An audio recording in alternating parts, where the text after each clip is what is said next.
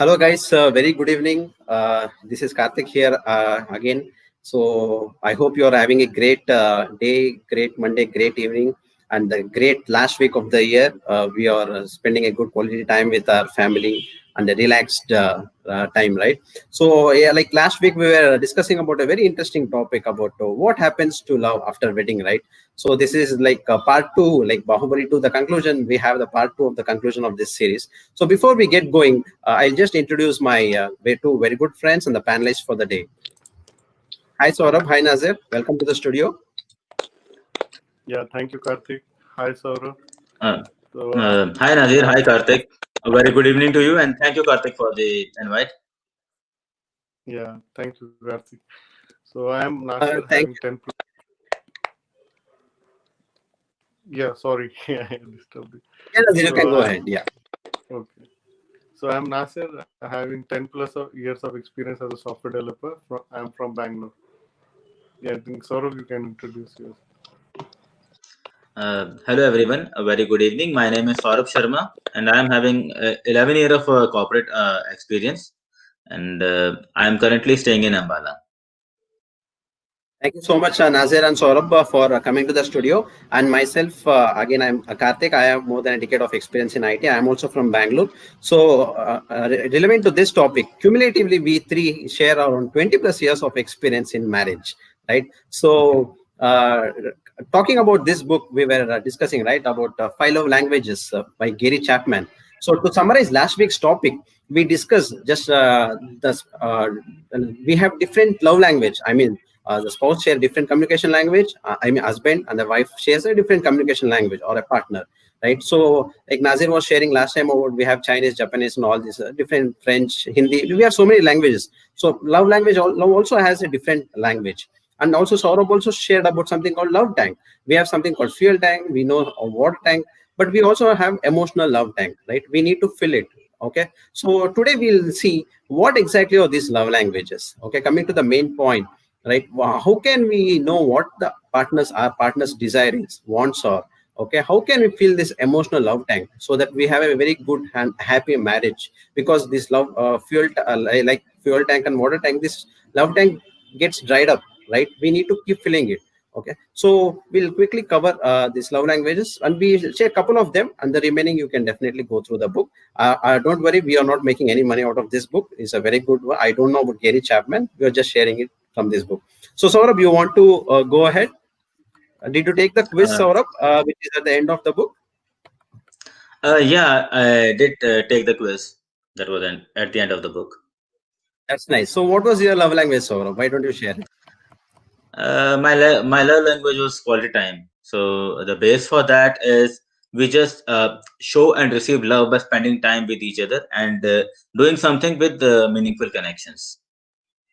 Very nice. So, why don't you just brief about quality time? What exactly you mean, and give little instances from the book what the author says. Yeah, sure.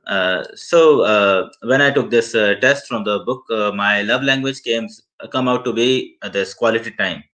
That means that the love tank that I was discussing around at last time, this is getting filled up when I'm receiving or getting quality time. So this quality time, it simply means that we have to spend time one on one with each other, and we have to be attentive to them and their needs. This is a simple definition of this quality time.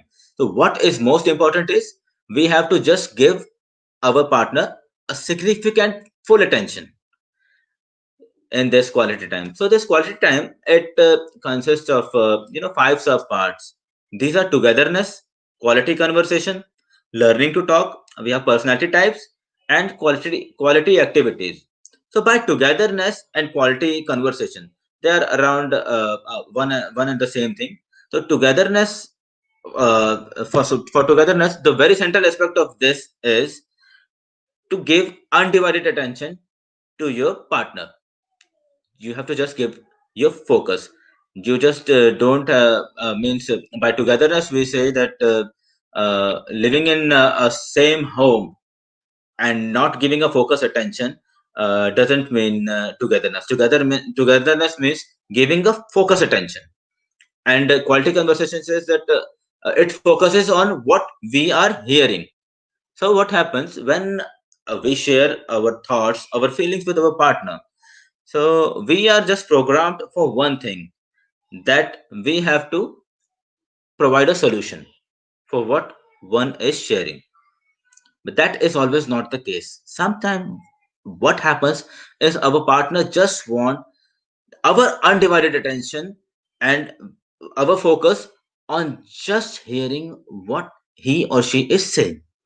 So for quality conversation, there are two, three points that we would like to keep in mind for this quality conversation. That is maintaining eye contact with your partner when he or she is talking, and when your spouse is saying or sharing something, do not do any other thing. Focus yourself on your spouse. Listen for feeling, observe the body language of your partner, and refuse to interrupt. It's let him or her share their feelings.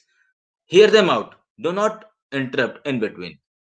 And the third is learning to talk. That is quality conversation does not only involve hearing, it involves self revelation also. That is the most difficult part in our life in nowadays, to give a proper self revelation. And fourth is personality type. So we have two type of personalities. One, we reckon them as a dead sea, means they are just giver. Whatever you give to them, they would just take it. Whatever the situation, they would say they are okay, it's okay.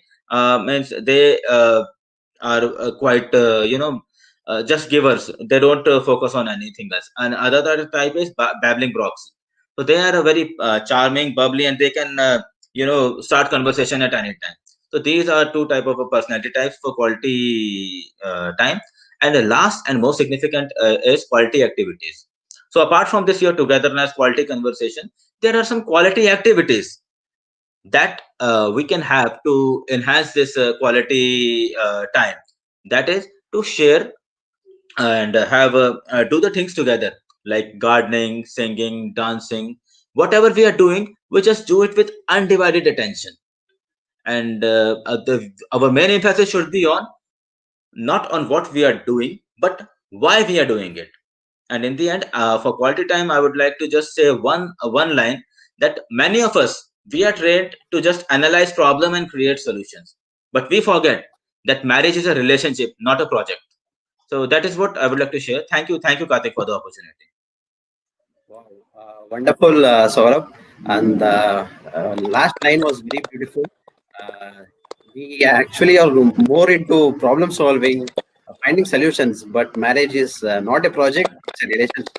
Very wonderfully shared. And Saurabh, why don't you also share if you did get a chance to apply any of these learnings in your personal life practically? Yeah, one thing I would like to say, and that I applied was listening to spouse and not doing something else at the same time. So usually, what was happening, sometime when we were in the conversation, I was busy with the phone or something. So means my attention was getting divided or distributed. So after reading this, I know that this is a big mistake. I have to give my undivided attention to my partner also. So whenever we are having conversation, making conversation, building conversation, I took this distraction out. Very nice, Saurabh. And I think Vinita will be very happy to hear this because it's a change, right? And change doesn't come very easily. Thank you so much, Saurabh, for sharing this and applying it. I hope this helps for you and Vinita. So, yeah, like Nazir, coming to you. Why don't you share? Were you also able to take the quiz, Nazir? Yes, I was able to take the quiz and it was very exciting. Wonderful. So, we are also excited to see what was your love language at the end of the quiz. What was the result? Words of affirmation. Okay, that's very nice. I'm not sure. I have never heard of words of affirmation before this. So why don't you brief about little bit about that also? Yeah, so this chapter is number 4 from the five languages of love. So the chapter name is Words of Affirmation. So it says starts with the Mark Twain's example, like I can live for 2 months with one compliment, with one good compliment. He says. So if literally if we take for a year, he needs only six compliments to keep his emotional fuel tank full. And there is another author, Solomon's statement. Quote is quoted in here that the tongue has the power of life and death. So many couples have never earned the tremendous power of life and death. So this means like the words which we use to communicate has a very powerful impact on the other person. So we need to be very cautiously use the words and the tone of the language and the way we are expressing. So further, this chapter explains like their use encouraging words, kind words, and humble words. And um, so this is the crux of this chapter. So affirmation words, like there is example of author Alison. So she was doing her graduation in history, but later she realized she is good at writing articles, and wanted to pursue her passion. So she started writing articles, and she approached some magazines. But first magazine, she got a rejection for her article. So she got discouraged, and she never went with other articles to another magazine. And she got busy with her married life and children and all. And after and this point of time, her husband was very busy. He was totally focusing towards his professional life to make their livelihood better. Um, so over the time, when kids started going to school, she got an opportunity to spend some time on her passion. And meanwhile, her husband also understood he needs to give more time to his wife, Alison. So he knew his wife is having passion about writing articles. So he started going through the articles, and he came across one uh, very nice article on how to travel, and he was so excited. He went to Elisa, and that time Ellison was reading a book. So he said, "Sorry to disturb, but this article what you have written is very amazing, and this should go to the public, and people should know about this. The way you have written, the visualization I can do after reading this article is amazing." So, and he went, and Alison was reading book. She stopped reading, and for next half an hour she was just thinking like whether people will like this article the way her husband has liked, and this motivated her, and she has no other doubts further. And next day she went and approached with some magazine, and that article got published and people liked it, and she became a writer, famous writer. So this all happened because of her husband's encouraging words. So other thing is kind words. Usually, when we speak or to our spouse, we need to pay attention. Like if we are saying thank you, and we are saying thank you very much for this, so this makes a lot of difference. So the tone and the words what you are saying should have the same meaning. So if you want to really appreciate, you should be politely saying thank you. And for example, if suppose husband is paying bills on regular in like in time without fail, electricity bill, various bills we'll be having every month. So it's part of spouse, like his wife can appreciate like you're paying bills on time. I really appreciate. The appreciation should be genuine. And similarly, husband, if the wife is taking care of cooking, keeping the house clean and all, so husband has to genuinely appreciate the same. Like, I really like the way you cook. The dish what you prepared today was amazing. It's like some five-star hotel chef and all. If you use such words, this will fulfill that emotion tank. And lastly, the humble words. So this is like generally what we demand, like you do this, you make that, or some order, but we should make requests. So that will be the relationship between husband and wife. If you are making requests, if you demand, the relationship will feel like the between the parent and children. So with uh, the quote, I will end my talk.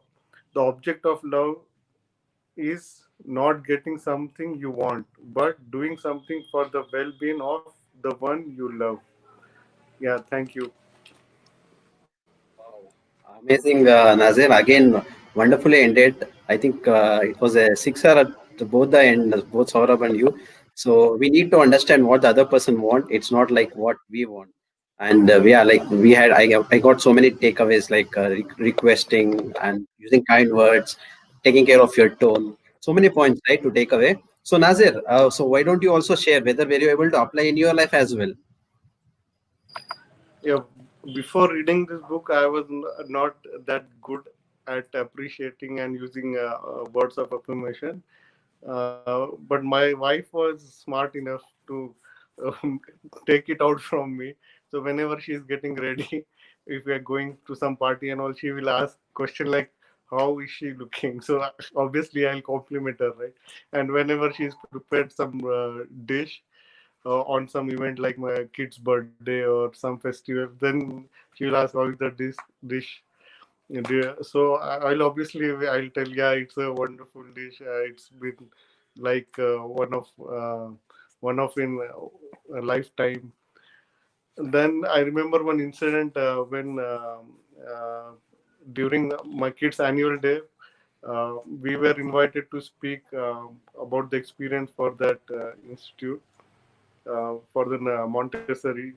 So on the stage, I told like every in front of everyone, like my wife take cares of doing taking making sure all the homework is done on time. So I don't intervene on that. So I'm very thankful to her. So like I appreciated in front of everybody. So she liked it and she was very happy about that. Yeah. Amazing, Nazir. I hope, yeah, like Arshi also will see so many changes from now on. We in the past and in the future also. I hope it was a very good value add for everyone. Also. Thank you so much again, Nazir, for sharing. Yeah, like as like Saurabh and Nazir shared their, I mean, did their quiz and found out their love languages. I also actually, both me and my wife, we also took that quiz which was there at the book in the book, and I came to know that yeah, receiving gifts, that is one of the love language which my wife's one of the primary love languages. So I think this is a very easy topic for me to share because gifts is like open secret for everyone. When if we go for a birthday party, we give gifts. If we go for any wedding, we give gifts. If there is any anniversary or any occasion or any festival, we actually give gifts. Okay, this is like open, right? So I'll just take 2 or 3 points from the book. Okay, so which the author tells. Sometimes we wait for the occasion to give gifts. Okay, so what the author tells is it need not you need not wait for any occasion. Let's take it's been a while you gave any gift to your spouse or your partner. Okay, take the opportunity and you can give it right now, today or this month or this year. Anytime you can take, and you can take any week also in a month. You can give gifts every day, right? So you need not wait for any occasion as such. And it author also tells it need not be very costly or expensive as such. You can take a small flower which is there, you can see along the roadside, and you can still give that flower. See, the gifts is more of a symbol of love rather than the materialistic thing, right? So as a funny note, the author also tells, in fact, if you don't want to put any money to give, to buy a gift, you can as well see a small any paper in your trash can in your workspace. You can take the paper, cut it in the scissors, and maybe you may cut out a heart and say "I love you" or something like that, and you can sign it, right? So, of course, yeah, this is a funny thing, but yeah, that's actually true what the author says. Then you need not wait for special occasion, as I told already, right? And if you are thinking, if you're I am a very good saver of money, or a very good investor of money, I invest only in stocks or some, I do only invest, I don't spend. You better believe that what the author tells, the investment of gifts towards your sports is as good as investing in good stocks. Right? So one more thing, if there is any crisis, right, your own physical presence itself can be a gift. How about that? Right? Maybe your spouse is down, or she needs some support, or maybe whatever case, she might be needing your presence rather than the gift. Okay, so that will also, if you're not there physically present, if you're not present there when she is expecting you to be there, maybe, yeah, there is a gap, right? Your physical presence may be a gift for her, right? And in case if you don't know what to gift, what do I gift my partner, right? So you can maybe have a notebook or a note in your phone. You can have a, we have a notebook right in our phone. Whenever he or she tells, okay, I like this, or I like that, in casual conversations, you can make that as a note. Okay, you can store it. That will help you. And in case if you can't even do that also, maybe your partners, you can check any friend or a family of your partner who will know them very much, and they will know what gift he or she likes. Maybe you can give that. All right, so it's so simple in receiving or giving gifts in that way. This is one of the love language which I wanted to share. Okay, so there are a couple of them in the book which you can go through because we have very limited time. So yeah, right, yeah, so this is what I also wanted to share. So Nazir and Saurabh, you want to add any closing points? No, well said, Karthik. I think you had a great closing. Yeah. Thank you, Nazir. Saurabh, you want to add Yeah, anything? I would just like to say that for having a better understanding with your spouse, your partner, you should have all this quality time, words of affirmation, sending and receiving gifts.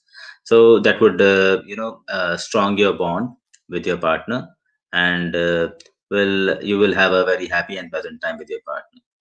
So thank you. This is what would like to Thank say you, in the end. Saurabh. Thank you so Thank you. much for sharing. So, right. So we would like to end this with so many good points we all shared, right? So we'll apply these learnings. I hope it will be a good value add for your relationship and your marriage life and everything. Because after all, we stay with our spouse mainly, right? We spend a lot of time with our spouse over the years compared to our office time. I know we are busy working. We put so much of time, but these things, I hope it gave a very, at least some value add, so that you can implement it right away, and it's so easy to put this in our daily life, right? So this is what we wanted to share, and thank you so much for listening. If you have any doubts, you can reach out to any of us. Thank you so much. Bye bye.